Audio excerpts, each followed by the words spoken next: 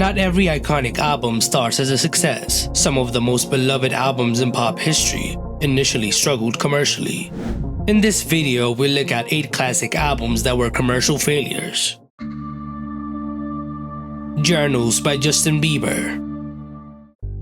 By the time Journals was released in December 2013, Justin Bieber's public image was not in a good place. After years of being the biggest teen pop star, he was making headlines more for controversies than music. Instead of a traditional album rollout, Bieber released a series of songs every Monday for 10 weeks in a campaign called Music Mondays. While the strategy generated some interest, it caused confusion. Many fans weren't sure if Journals was a real album or just a collection of throwaway tracks. The lack of a physical release also hurt his commercial performance, selling just 48,000 copies in his first week and failing to chart on the Billboard 200 because it was only released digitally at first. Despite his poor sales, Journals marked an important artistic shift for Bieber, moving away from his clean-cut pop sound and embracing a smooth R&B influenced direction. Songs like Heartbreaker, All That Matters, and Confident showcased his newfound maturity, both vocally and lyrically. The album has some of the best songs of his career.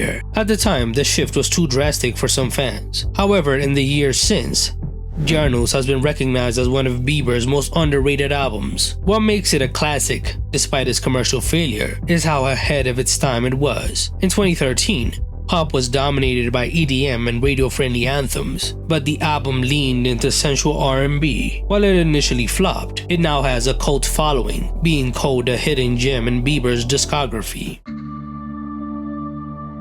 Kissland by The Weeknd. Following the success of his trilogy of mixtapes, The Weeknd had a lot of pressure to deliver on his official debut album Kissland. His fanbase expected him to stay true to the dark, atmospheric R&B that made him famous, while the label wanted more of a mainstream-friendly record. The result was a polarizing project, while artistically ambitious, failed to meet commercial expectations. Kissland debuted on number 2 on the Billboard 200 with 95,000 copies sold, a respectable number, but underwhelming considering all the hype. The album quickly lost momentum, with its singles struggling to gain traction on radio and streaming platforms. Part of the reason the album didn't perform well is its darkness. Unlike Beauty Behind the Madness, which balanced its underground sound with pop accessibility, the album doubled down on its moody aesthetic. It featured cinematic production and storytelling, but it was a difficult album to get into for the casual fan. Critics were also divided, giving it mixed reviews. Despite its rocky start, Kissland aged very well. Over the years, fans have revisited it with a newfound appreciation. The Weeknd himself has acknowledged his cult status, often including songs from the album in his live performances. What was once dismissed as a sophomore slump is now recognized as a huge part of his artistic evolution. Melodrama by Lorde. Lorde's sophomore album Melodrama was one of the most critically acclaimed pop albums of the 2010s. It expanded on the sound that made her debut Pure Heroin a massive success, but with a more mature approach. Songs like Greenlight, Liability, and Supercut capture the highs and lows of young adulthood with amazing lyricism and cinematic production. Critics call the album a masterpiece, and it even earned a Grammy nomination for Album of the Year. However, Melodrama failed to replicate the commercial success of Pure Heroin. When it was released, it debuted on number 1 on the Billboard 200, moving 109,000 copies in its first week. Modest compared to other pop powerhouses at the time, and considering all the anticipation for it. The lead single Greenlight peaked at number 19 on the Billboard Hot 100, a far cry from the chart-topping Royals. Despite its streaming success, the album's numbers paled in comparison to mainstream pop releases. The lack of traditional pop bangers, combined with Lorde's refusal to chase trends, made it a slow burner rather than an immediate success. Years later, Melodrama is widely recognized as a modern pop classic, influencing artists like Olivia Rodrigo and Billie Eilish. It is considered one of the most beautifully crafted pop albums of all time. While it may not have been a commercial juggernaut, its legacy has outlived its initial chart performance. Dua Lipa by Dua Lipa. Before Dua Lipa became a global pop sensation, her self-titled debut album had a rocky start. The album was supposed to introduce her as the next big thing, but the rollout was messy. Originally set for release in 2016, the album was delayed multiple times, with several early singles failing to gain traction. It seemed like Dua was struggling to break through the crowded pop landscape. When the album finally dropped in June 2017, it wasn't an immediate success. It debuted on number 5 in the UK and barely cracked the top 30 in the US. Sales were underwhelming and most of its singles didn't take off. However, everything changed when New Rules became a sleeper hit, eventually reaching number 1 in the UK and number 6 in the US. The song's empowering message and viral music video catapulted Dua Lipa into the mainstream, turning her into a superstar. Even then, the album took over a year to gain momentum, proving that a great album doesn't always explode overnight. It is now one of the most streamed albums of all time. It introduced a confident, self-assured artist that would go on to dominate the charts with future nostalgia. Songs like IDGAF and Be The One gained more appreciation over time, and the album's influence became undeniable. What started as a commercial failure eventually became a defining album of its era. Let Go by Avril Lavigne.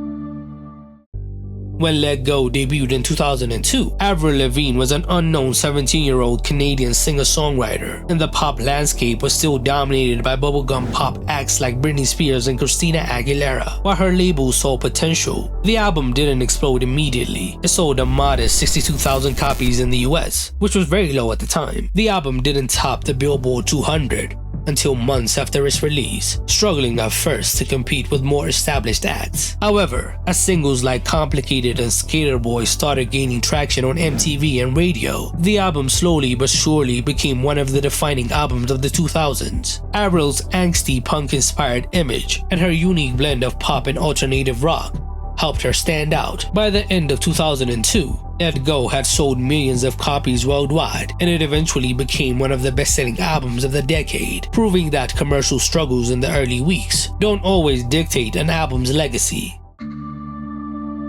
A Seat at the Table by Solange. When Solange dropped A Seat at the Table, it was clear she was stepping into her artistic lane, separate from her sister Beyonce. The album, which had themes of black identity and personal growth, got universal acclaim, with critics calling it one of the best albums of the decade. The lead single, Cranes in the Sky, even won a Grammy for Best R&B Performance. Despite this, the album didn't translate into massive commercial success. When it was released, A Seat at the Table debuted on number 1 on the Billboard 200 with 72,000 album equivalent units sold, a respectable but modest number compared to the sales figures of the time. The album marked a career milestone for Solange, but failed to spawn any hit singles. The lack of a traditional hit and Solange's rejection of industry norms meant that the album remained an underground favorite rather than a mainstream project. However, A Seat at the Table has aged beautifully, influencing a new wave of introspective, socially conscious R&B. The Fame by Lady Gaga. Lady Gaga's The Fame might seem like an obvious success story today, but its journey to legendary status was an instant. Released in August 2008, the album didn't debut at the top of the charts, starting at number 17 on the Billboard 200 with just 24,000 copies sold in its first week. While Gaga had some industry buzz, she wasn't a household name yet. At the time, the pop charts were dominated by established acts like Rihanna, Beyonce, and Britney Spears, leaving little room for a newcomer. It wasn't until the breakthrough success of Just Dance, which took months to climb to number 1, that The Fame began becoming a global phenomenon. The follow-up single, Poker Face, solidified Gaga's status as a new face of pop, and suddenly, the album that had been struggling to gain traction was selling millions. By mid-2009, The Fame had absolutely dominated the charts. In hindsight, the album is one of the most impactful pop albums of the 21st century, shaping the sound of pop music for years to come. However, its slow start shows that even some of the biggest albums in history don't always have instant success. Sometimes, true greatness just takes time to be recognized. Body Talk by Robyn. When Swedish pop visionary Robyn released Body Talk in 2010, it was a game changer. The project was released in 3 parts. However, despite critical acclaim and the breakout success of Dancing on My Own, Body Talk underperformed commercially, selling just 10,000 copies in its first week in the US. At the time, Robyn's independent approach made it a tough sell for mainstream audiences. The album's futuristic production was ahead of its time, when the industry was still riding the electropop wave of Lady Gaga and Kesha. Body Talk brought a more refined edge to the genre. Even though critics held the album as one of the best of the decade, it didn't receive the commercial push it needed to dominate the charts. Over the years, however, the album grew into one of the most beloved pop albums of that era. Dancing on My Own went on to be a classic. The album's influence on artists like Lorde and Carly Rae Jepsen is undeniable. While it may not have been a blockbuster release, it has cemented its status as a pop masterpiece. Which classic albums that were commercial failures did I miss?